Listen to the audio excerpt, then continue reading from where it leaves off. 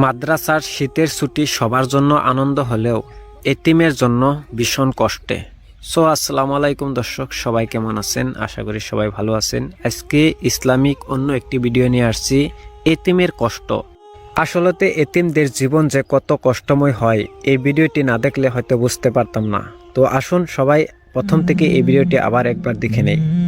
এই বাচ্চারা, তোমাদের মাদ্রাসা আজকে সম্ভবত ছুটি হয়ে যাবে, সবকিছু পরিষ্কার করে ফেলো। এই কথা শোনার সাথে সাথেই প্রত্যেক ছাত্রই জার্জির মতো করে কাজে লেগে বলল। কিন্তু ভাই, তুমি বাড়িতে যেয়ে কি করবা? আমি আম্মুকে বলবো শীতের পিঠা বানাতে। শীতের পিঠা মজা লাগে তো, তার জন্য। হ্যাঁ, শীতের পিঠা খাইতে অনেক মজা। আমি বাড়িতে যে আম্মুকে বলবো, আম্মু শীতের পিঠা বানিয়ে দিবা। আসলতে শীতের পিঠা কেমন লাগে এতিম হামজালা তার বন্ধুদের কাছ থেকে শুনতেছিল দাঁড়িয়ে দাঁড়িয়ে। এক একজনে বাড়িতে যাবে, গিয়ে শীতের পিঠা খাবে। এইসব শুনে এতিম হামজালা চলে যেতে চাইছে। তারপর এতিম হামজালা তার আরেকটি বন্ধুকে জিজ্ঞেস করলো, বন্ধু, শীতের পিঠা খাইতে কেমন লাগে রে? বিরাট মজা। আমি তো ছুটির অপেক্ষায় রয়েছি। ছুটি দিলে বাড়িতে যাব। বাড়িতে গিয়ে আমার মাকে পিঠা বানাতে বলবো। আমার মা অনেক সুন্দর সুন্দর পিঠা বানাতে পারে। আসসালামু আলাইকুম। ওয়ালাইকুম আসসালাম, বসেন। আচ্ছা হুজুর, বাচ্চাদের তো পরীক্ষা শেষ হয়েছে, শীতের জন্য তো ছুটি দেওয়া দরকার। আচ্ছা, কতদিনের ছুটি দেওয়া যায় বলেন তো? 10 দিনের ছুটি দিলেই তো ভালো হয়। 10 দিনের? আচ্ছা ঠিক আছে, তাহলে বাচ্চাদেরকে বলে দেন যে ওদের 10 দিনের ছুটি হয়ে গেছে, ওরা ব্যাগটা গুছিয়ে রেডি হয়ে যাক। এই বাচ্চারা, তোমাদের পরীক্ষা শেষ হয়েছে, শীতের জন্য 10 দিনের ছুটি দেওয়া হয়েছে। তোমরা সকলেই ব্যাগ টেক গুছিয়ে বাড়ি চলে যাও। হ্যাঁ, বাড়িতে যাব। মাদ্রাসা ছুটির খুশিতে সবাই দৌড়ে যাচ্ছিল। এর মধ্যে থেকে এতিম হামজালার মনে হয়ে গেল, আমি তো এতিম, আমার তো কেউ নাই, আমি কোথায় যাব? আমার তো বাড়ি ঘরও ভালোভাবে চিনতে পারি না, আমি তো এতিম। এটা ভাবে দেয়ালে পিঠ ঠেকিয়ে তার বন্ধুদেরকে দেখতেছিল। তারা সবাই বাড়িতে যাচ্ছে। বন্ধু, যাইতে হলে আবার দেখা হবে। আচ্ছা, ভালোভাবে যাইস। তারা সবাই বাড়ি যাওয়ার পর এতিম হামজালা তার বন্ধুদের সাথে কাটানো সময়ের স্মৃতিগুলো ভাবতেছিল। হামজালা, তুই এখানে কাজ করতে যাস? খাবি না? খাবো তো। খাওয়ার সময় পার হয়ে যেতেছে, কখন খাবি? আয়।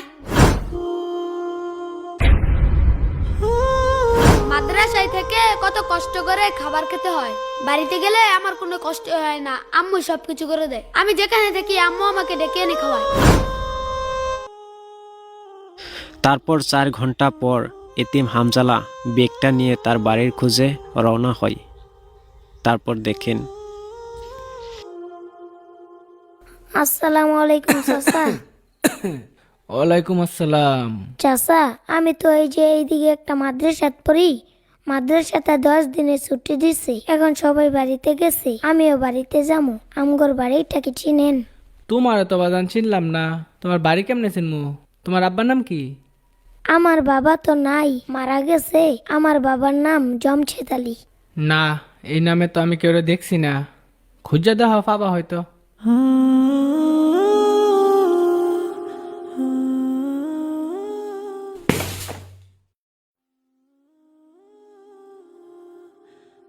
চাচা, আমার বাড়িটা তো আমি চিনতাছি না। আপনি কি আমার বাড়িটা চিনেন? আমি মাদ্রাসাতে পড়ি। মাদ্রাসা ছুটি দিছে, সবাই বাড়িতে গেছে। চাচা, আমারও বাড়িতে চাইতে মন চাইতেছে। মাদ্রাসাতে আইসো, তে বাড়ি চিনো না, কই যাবা? সন্ধ্যা হয়ে যাইতেছে, মাদ্রাসাত ফিরে যাওগা। যাওগা যাও, বাইরে থাকো না, সন্ধ্যা হয়ে যাইতেছে, যাওগা যাও। এতিম হামজালা তার বাড়ির খুঁজে একে জিজ্ঞেস করে, ওকে জিজ্ঞেস করে, কিন্তু তার বাড়ির ঠিকানা কেউ বলতে পারে না। অবশেষে এতিম হামজালা তার বাড়ির ঠিকানা না পেয়ে আবার মাদ্রাসাতে ফিরে আসে আর মনে মনে বসে থাকে। সবাই মাদ্রাসার ছুটিতে আনন্দতে বাড়িতে গিয়েছে, কিন্তু এতিম হামজালা কেউ নাই। এতিম, তার শেষ ঠিকানা এই মাদ্রাসায়। হামজালা, পরীক্ষা তো শেষ, সবাইকে তো 10 দিনের ছুটি দেওয়া হয়েছে, সবাই তো বাড়িতে চলে গেছে, তুমি কি করবা?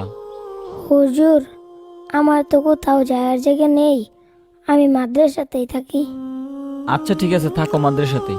তারপর শিক্ষকেও হামজালাকে মাদ্রাসাতেই থাকতে বলে। এভাবেই এক একটা এতিমদের জীবন পার হচ্ছে, অথচ আমরা দূর থেকে তাদের মনের কষ্টগুলো বুঝতে পারি না। তো সবাইকে একটাই রিকোয়েস্ট, যদি আপনার আশেপাশে এতিম থাকে তাদের পাশে দাঁড়ান, তাদের মনের অবস্থাগুলো বুঝুন। আর এই ভিডিওটি কেমন হয়েছে অবশ্যই জানাবেন। আর ভিডিওটি যদি পারেন শেয়ার করে দিবেন। পরবর্তী সময় আরও অনেক শিক্ষণীয় ভিডিও আসতেছে, সবাই দেখবেন ইনশাল্লাহ।